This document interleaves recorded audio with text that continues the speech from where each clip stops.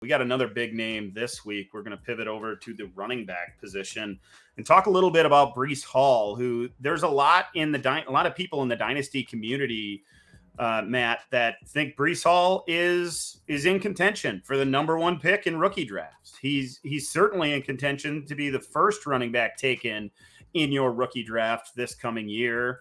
A guy where there's a lot to like about. Tell me about what you like the most about Breece Hall. The first, I think you have to mention is his vision. And, I think people define vision a lot of ways. For me, that means if he sees a hole, he sees the best hole, and he usually takes that hole. He sees the lanes, he takes those lanes. So that's the number one for me. And I think that lends itself to him being so successful in his zone blocking scheme, which they did run quite a bit of at Iowa State there.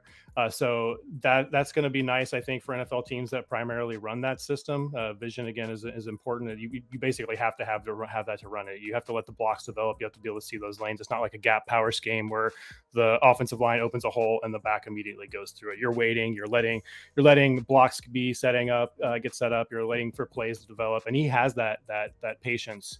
And I think that's why some of the comps out there to guys like Le'Veon Bell, who I think is the ultimate patience runner. I don't really see that. I don't think he's nearly as nimble as Le'Veon Bell is. But to be able to see him find the right lane with the vision and then be able to make those quick cuts in the hole, it almost seems like his cuts inside in the hole in those short, small space areas are better than his cuts out on the open field. So he's going to be great in that aspect. Ryan, you're going to be at the Combine here this coming week, and Breece Hall is scheduled to appear. He's scheduled to run. I think his 40 time is going to be one that lots of us as dynasty managers are watching. He's known as a fast runner, but not necessarily the most quickness. His first few steps are maybe a tad sluggish, but when he gets up to full speed, he's a guy that can run away from defenders. He showed it. He scored so many distance touchdowns, and a lot of those plays he pulled away from defenders, even though he didn't necessarily look all that fast along the line of scrimmage. So it's kind of an odd blend of a running back with speed, but not so much the quickness that we expect to come with it. Yeah, that's what I was going to say. We kind of hear that term thrown around in scouting and things, fast but not quick or things like that. And that does seem to be the case with Hall, that it's really that burst that is missing. And which is kind of, it's almost kind of frustrating because it feels like he does everything else so well. I don't think he has any major flaws. I know we're going to talk about some negatives here. I don't think he has any major flaws in his game. Certainly well-rounded, can catch the ball. That's going to be an asset for those of us in PPR leagues. So there's lots of reasons to be excited. I'm just not sure we can value him in that elite rookie tier. And our buddy Addison Hayes today put out a tweet comparing some of these rookies, not just the running backs, but all positions, because we do have that February ADP data. That's when it comes in.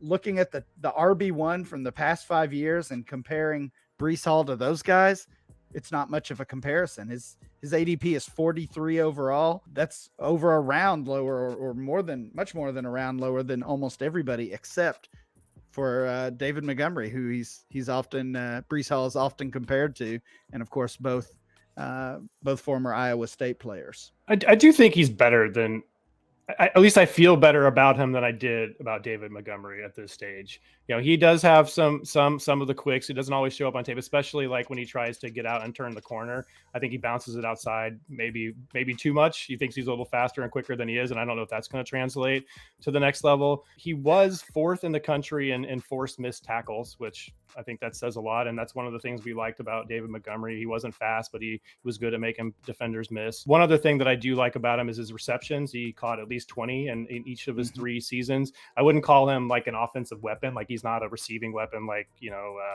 we were talking about, like with Travis Etienne last year, or obviously CMC and guys like that. He's not going to be a weapon in the receiving game, but I think he's fine as a pass catcher. He does let it get into his body sometimes. He definitely drops the ball more than you would necessarily like to see, but he can catch the ball, and he has done it at college. So I like to see that. And then one other stat I have to throw out is that 43% of his team's rushing and receiving production came from just from Breece Hall last season, which I think is pretty impressive.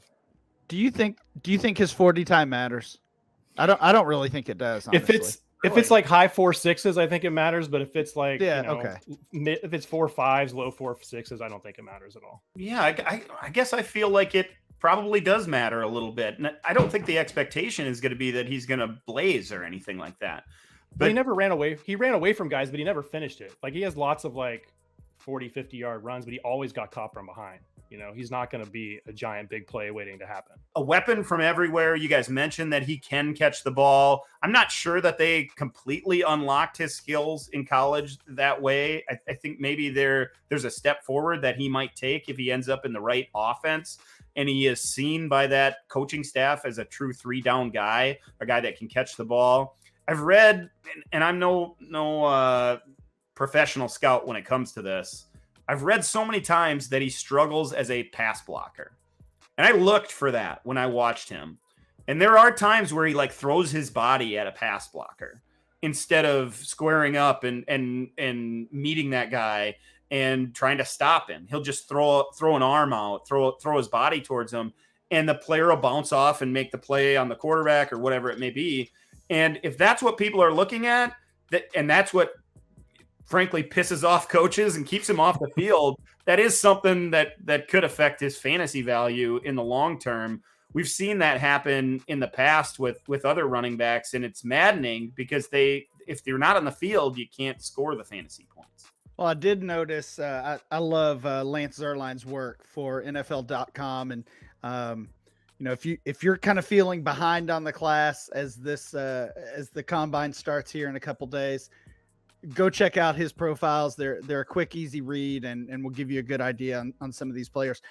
But talking about the long touchdowns, Lance Zierlein pointed out that Hall had 5 touchdowns in his career of 75 yards or longer. So, oh man, I didn't realize that. Flips this one out to Breece Hall. Hall stiff arm it down the sideline. Breece Hall gone.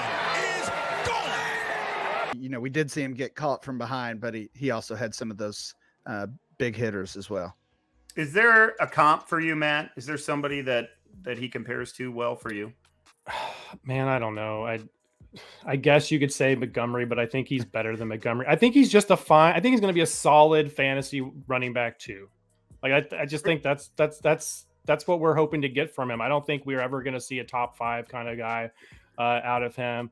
If he goes to I think for him, a landing spot is really going to matter. I think, like Ryan said, or you said, Dan, with the lack of pass blocking sometimes, he's a solid receiver. He's not a weapon in the receiving games. Maybe he has a 2-down role locked in and is occasionally used on 3rd down, especially if the pass protection is a problem. But I don't really have a great comp for him, to be honest with you. I don't really have a guess. The guy for solid fantasy running back too. The guy maybe he reminds me a little bit of is DeMarco Murray. He's a taller guy. Not as big. Yeah, not really quite as big, but he's over 6 foot, which isn't 6'1", 220. Yeah. Okay. Not all that common in running backs. Maybe that's a little lazy because he's kind of tall, so that's what I think of. But Murray had good long speed, but his first 2 steps he looked a little sluggish from time. So maybe that's what I'm seeing. I read one that was Kareem Hunt was the comp. And that one. I don't know if I see that. He's not the receiver. He's not the receiver. Hunt. Not the receiver, and Hunt has a burst that maybe Breece Hall doesn't have. Overall, guys, I like Breece Hall, but I don't like that he is the number one. That's the best exactly that this class has to offer. Is he 4 if you threw 2020s in there? He's definitely behind Harris and Etienne and Javonte. Probably ahead he's of for sure at least 4, right? Yeah. We'll see how it all shakes out. Did you have landing spots in mind? I had some numbers there. Go ahead, fire one. This is from Ray GQ, our buddy Ray. He had written down the top 5 NFL teams in zone run blocking percentage, which I think is maybe going to be Breece Hall's best fit. Number 1 was the Bears at 81%. He's probably not going to the Bears. The Falcons could use a running back. They were number 2 at 78.9%. That'd be a dream. The Dolphins, 74.8% zone run blocking. So that feels like my favorite spot. The Niners are probably not going to draft him. They're fourth. And then the Seahawks, I guess we'll have to see what happens with Penny and Carson and those guys to count on them. But good ones Falcons there. and Dolphins, they feel pretty good spots. Yeah, for sure. Ryan, I think the expectation is probably that Breece Hall is a second round NFL draft pick. I guess maybe there's a chance if everything breaks right that he could be one of those last few picks in the first round, but most likely he's a second round pick. Is as far as dynasty value goes, kind of put a bow on things. What are you expecting over the next month or two as we try to nail down where he belongs? Yeah, so I've really been looking a lot at the website Grinding the Mocks this draft season. If you're not familiar with that, basically what they do there is take every NFL mock draft they can find and essentially create ADP out of it. And based on that, Breece Hall is actually, he's the third running back drafted according to that, behind both Walker and Isaiah Spiller. And he's actually closer to a third rounder, or in fact, he is a third rounder and not even close to a first rounder. So the NFL is going to tell us what they, of course, with all these players, what they really think of him. But I mean, if he falls to the third round, even if it is the Dolphins or the Falcons or one of those teams, it's going to be tough to make a case for him as the potential 101. Looking at the running backs in our current startup ADP, though, I think that's where it's interesting. He's RB19. He's right behind Josh Jacobs, Travis Etienne, and David Montgomery. So I see a little bit of room for him possibly to gain some value, but ahead of Montgomery, we get to Barkley and Chubb and Kamara and Gibson. It's going to be really tough for him to reach that RB1 range or even really mid-range RB2. I think where his value is right now is kind of where it's going to stay for the next couple months.